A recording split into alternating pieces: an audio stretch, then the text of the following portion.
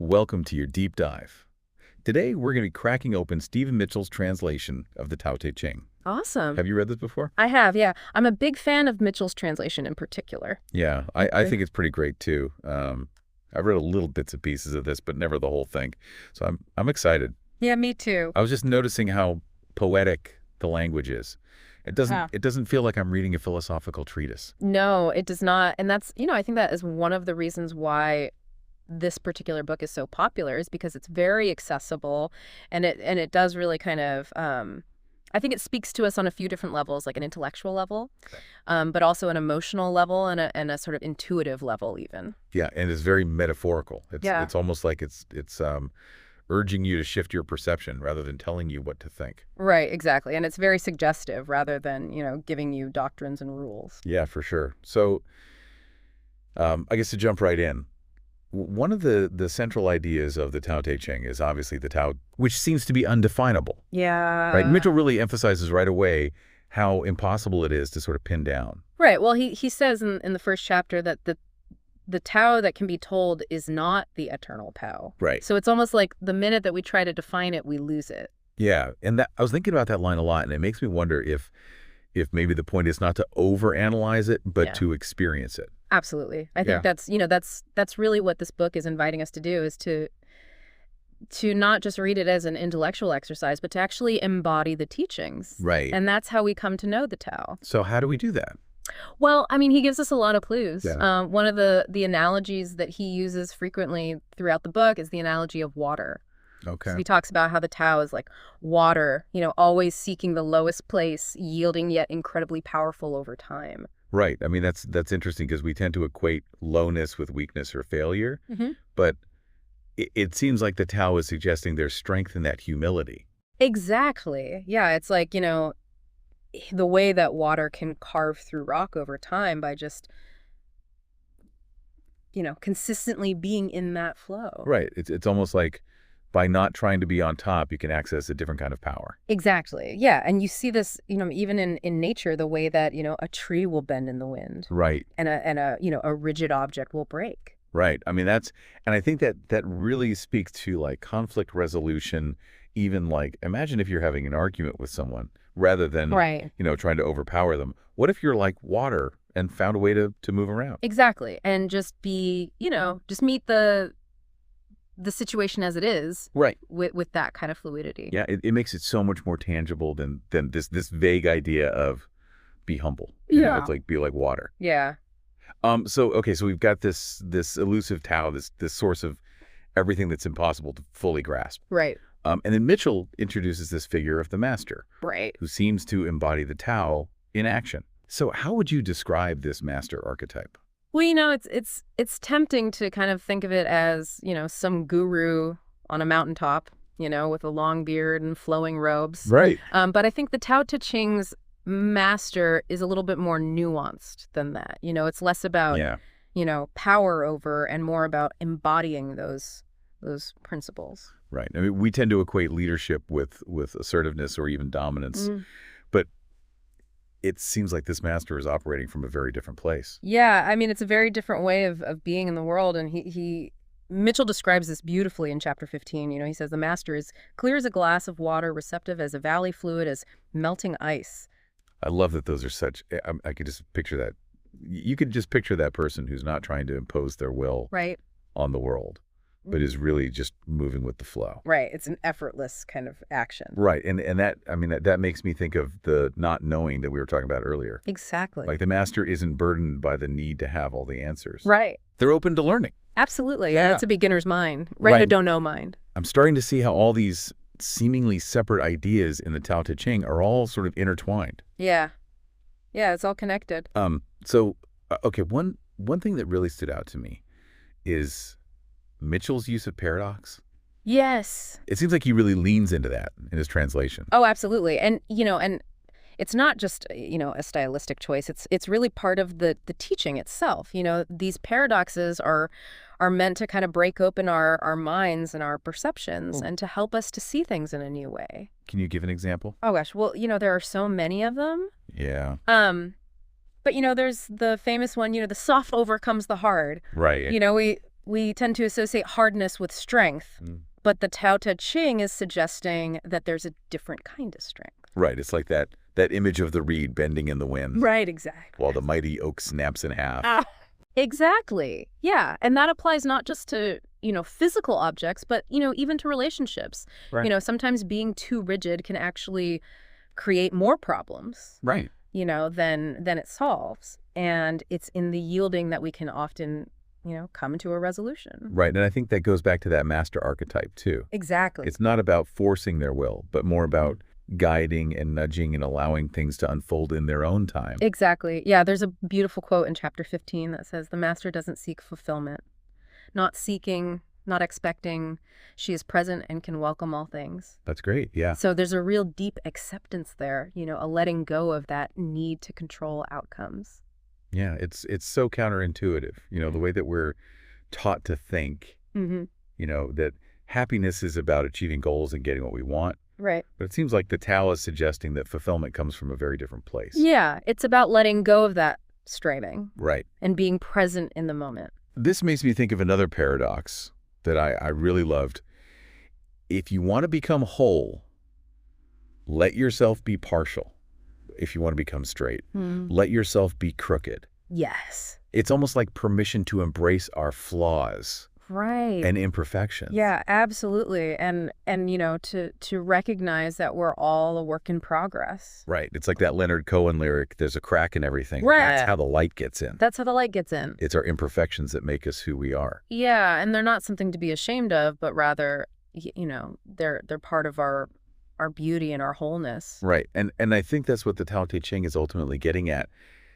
It's about seeing beyond those dualistic categories of good and bad, right and wrong. Right. And embracing the totality of experience. Exactly. Yeah, it's about embracing the wholeness. The light and the shadow. Yeah, the good, the bad, the crooked and the straight. Right. And isn't that really what it means to be human?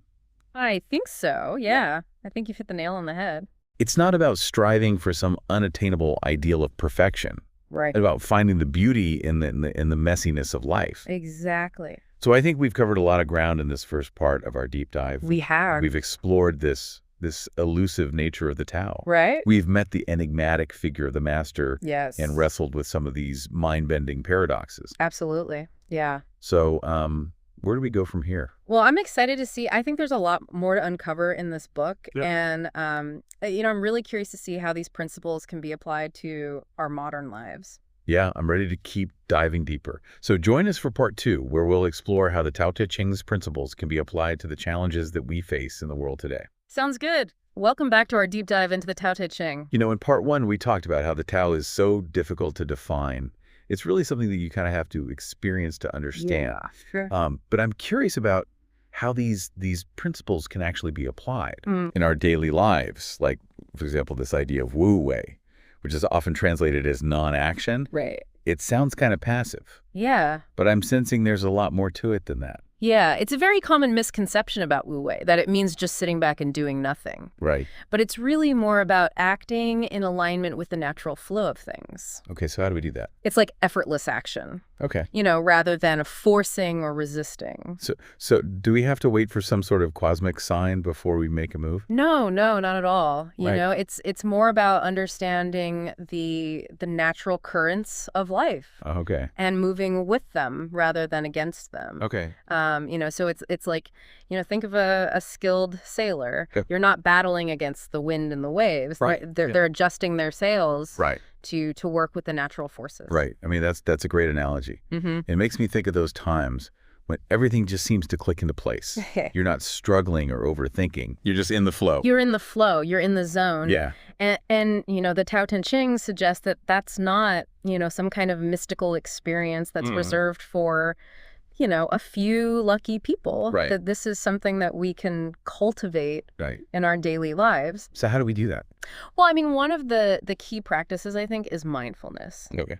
Really being present in the moment. Right. Letting go of anxieties about the future, regrets about the past. Yeah. And just, really being here now. Okay. And when we're grounded in the present, we're more able to respond to challenges with a sense of clarity and ease. So it's not about ignoring problems or Right. pretending that everything's fine, Right. but about approaching them with a different kind of mindset. Right. With a more kind of calm and centered approach Okay. rather than reacting out of, fear or stress. Right. And this is where that principle of not knowing, I think, becomes really important. When we can let go of the need to have all the answers, Okay. we actually open ourselves up to new possibilities, Right. and creative solutions that we might not have seen before.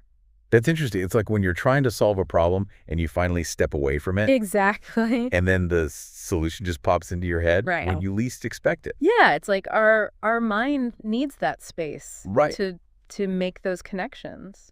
So this principle of Wu Wei can be applied to everything, Right. from our relationships to our work. Absolutely, to everything in our lives. Okay. Instead of trying to force outcomes, Right. we can focus on being present, Right. listening deeply, responding authentically. Right. It's about trusting the process. I'm seeing how all these concepts that we've been discussing, the Tao of Wu Wei, not knowing, are all really interconnected. Yeah. It's a whole system of thought. You mentioned relationships. Mm-hmm. How does the Tao Te Ching inform the way that we interact with other people? Well, the Tao Te Ching emphasizes compassion, understanding, and acceptance. Okay. Remember that image of the master being receptive as a valley. Right. I think that's a really beautiful way to think about our relationships, Instead of trying to change people or impose our will on them, Right, can we practice listening deeply, Right. trying to see the world through their eyes, Right. and accepting them for who they are. I mean, this makes me think of how often we go into conversations with these preconceived notions Right. about who the other person is or what they believe. Yeah. We're not really listening. We're just waiting for our turn to speak. Yeah, we have our own agenda. Right. And that really closes us off from genuine connection. Right.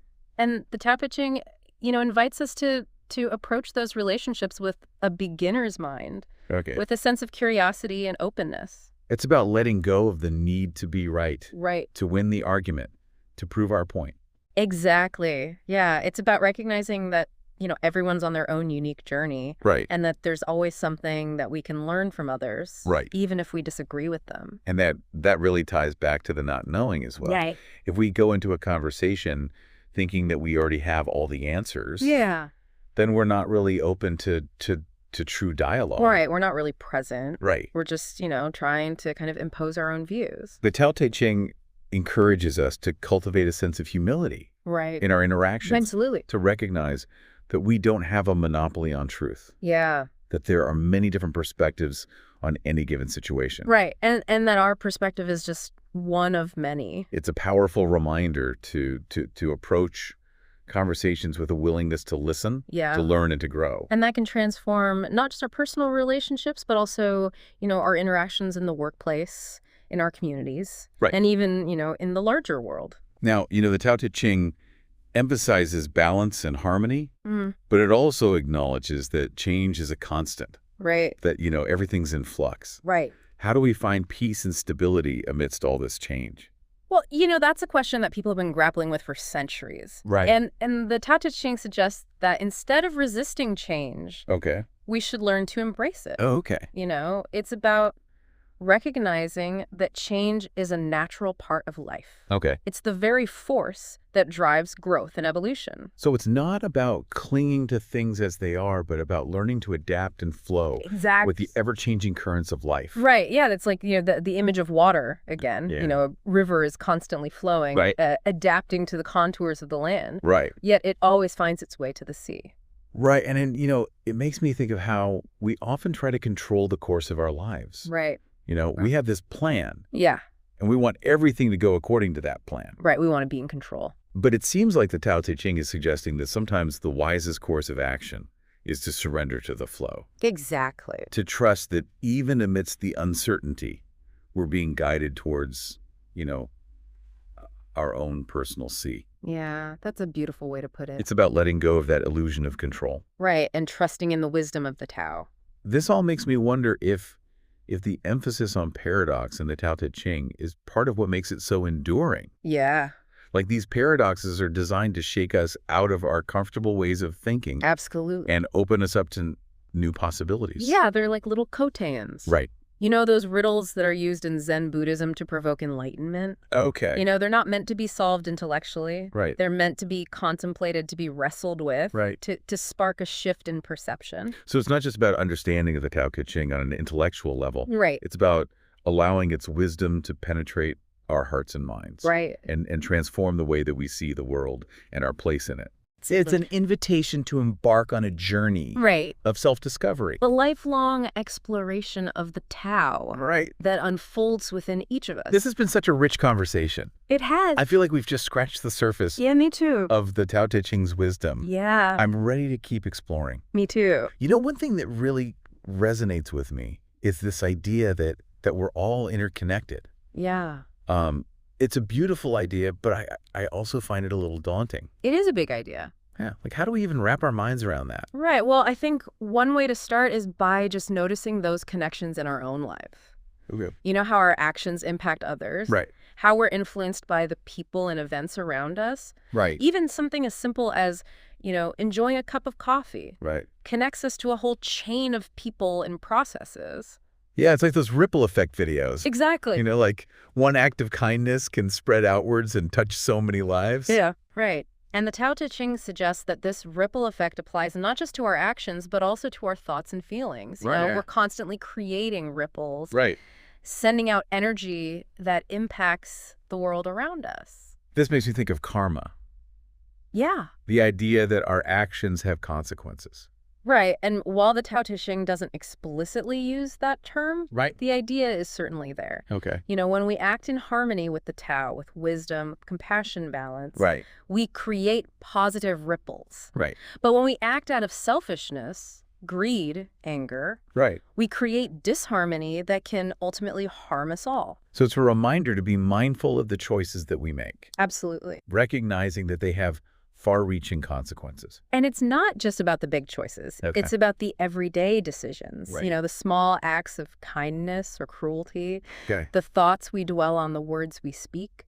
All right. So it's not just about trying to be a good person, but recognizing that even our seemingly insignificant actions have an impact. Exactly. And that can feel like a heavy responsibility. Yeah. But it can also be incredibly empowering. Right. You know, it means that we have the ability to make a difference, Okay.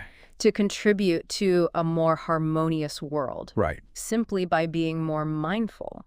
It's a shift from feeling like a victim of circumstance to recognizing that we have agency. Right. That we can choose to create positive change. Exactly. And that's something that the Tao Te Ching really emphasizes. Okay. It's about aligning ourselves with the Tao, the natural flow of the universe, Right. and becoming conscious participants in the unfolding of life. Okay, now we've talked a lot about finding peace and balance. Right. But the Tao Te Ching also acknowledges that, life is full of challenges.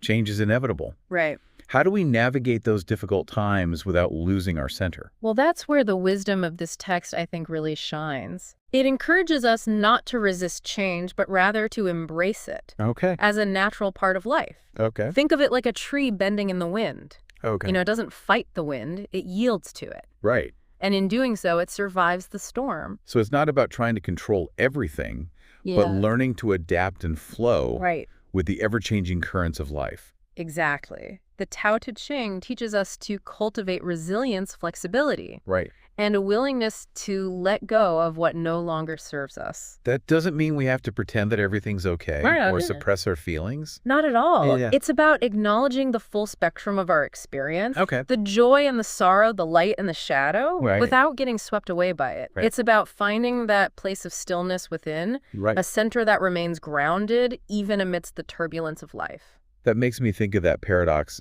You want to become whole. Let yourself be partial. Right. If you want to become straight, let yourself be crooked. Yeah, it's like the Tao Te Ching is telling us that we don't have to be perfect Right. to be whole.